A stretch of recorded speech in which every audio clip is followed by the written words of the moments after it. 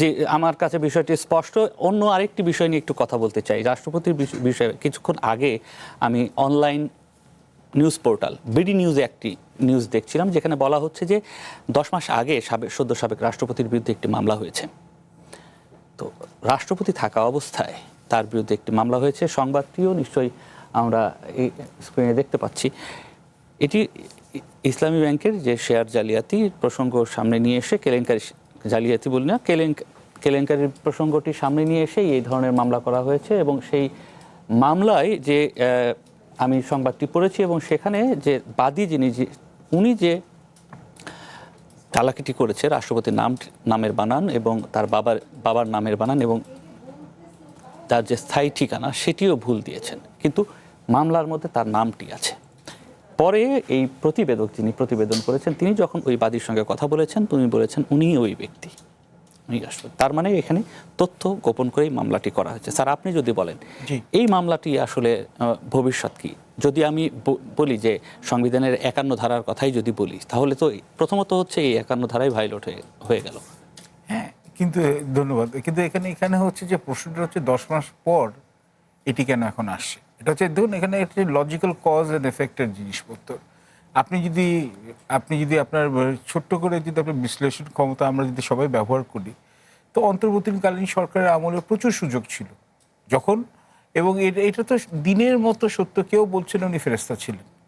এবং আমাদের যে প্রাক্তন রাষ্ট্রপতি যিনি, এবং ওনাকে যথেষ্ট সম্মান নিয়ে বলছি, কারণ উনি একটা কনস্টিটিউশনাল পজিশন এখানে উনি অকুপাই করছেন, ওটা আমাকে পজিশনটাকে সম্মান দিতে হবে, ব্যক্তিকে নাও দিই। কিন্তু সবাই ওনাকে জানতো হচ্ছে যে উনি কিন্তু এই বিশেষত হচ্ছে যে ব্যাংকিং খাতে ওনার এখানে এক ধরনের একটা সংশ্লিষ্ট ছিল, এটা নিয়ে অভিযোগ ছিল, কানা ঘোষা ছিল, এটা এখানে একটা তথ্য প্রমাণে আসবে। এখন প্রথম কথা হচ্ছে, দায় হচ্ছে যে প্রাক্তন আওয়ামী লীগ সরকারের। যতই আপনি বলি দামি নির্বাচন, এমন একজন মানুষকে কেন আনবে যার এখানে হচ্ছে যে দলের লোকই হোক, কিন্তু যে অন্তত দুর্নীতির ঊর্ধ্বে না কেন, এটা হচ্ছে এক। এবং এটা হচ্ছে যে বর্তমান সরকার এবং পরের সরকারগুলোর উপর এখানে হচ্ছে এটা বর্তায়। দ্বিতীয়ত, এখানে হচ্ছে যে উনি কি উনার যখন এই গুম খুন এগুলো হচ্ছিল, তখন কি উনি বিবেক ব্যবহার করে কি উনি কি এখানে কুডি করে স্টেপ ডাউন?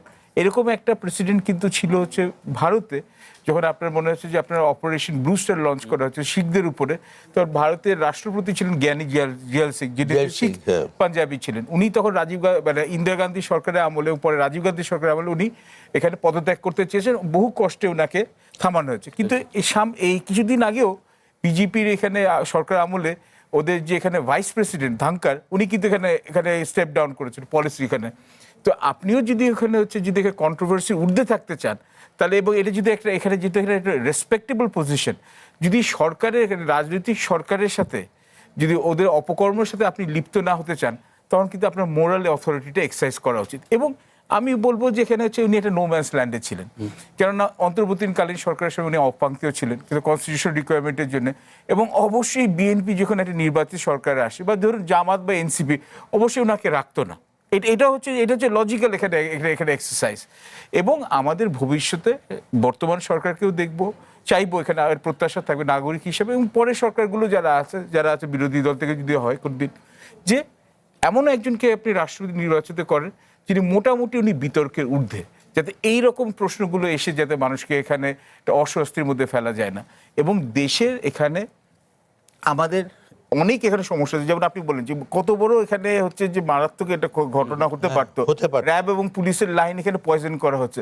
তার মানে এখনো দেশের আইন শৃঙ্খলা অবস্থা কিন্তু এখনো স্থিতিশীল হয় নাই। দেশকে অস্থিতিশীল করার জন্য বিগত 18 মাসে অন্তর্বর্তীকালীন সরকার সময় আমরা দেখলাম ষড়যন্ত্র চলছে, এখনো চলছে। এবং এটা শুধু সরকার না, এটা বিরোধী দল, এটা হচ্ছে সবাই কিন্তু একটা নির্বাচিত সংসদ পেয়েছে, এটা হচ্ছে আমাদের উত্তরাধিকার। যে 1400 লোক মারা গেছে, এখন কিন্তু হচ্ছে সবারই উপর দায়িত্ব বর্তায় যে এখানে হচ্ছে দেশের স্থিতিশীলতা আনার জন্য কি কি কাজ করা যায়, কিছু আপোষে কাজ করতে হবে। কেন আমাদের ইতিহাস সবসময় কন্ট্রোভার্সিয়াল। এবং আপনি যে টেকনিক্যাল হিসাবে বললেন, এটা একজন আইনজ্ঞই বলবেন, কিন্তু যদি আপনার ডেটা, যদি এখানে ভুল তথ্য এখানে আপনাকে যদি ফাইল করেন কেসে, তাহলে কিন্তু এখানে হায়ার কোর্টে কিন্তু এটা মামলাটা এখানে রিজেক্টেড হওয়ার সম্ভাবনা আছে, এতটুকু আমি বলতে পারি। মেরিটটা নষ্ট হয়ে যায় বা এটার ওয়েটটা কমে যায়।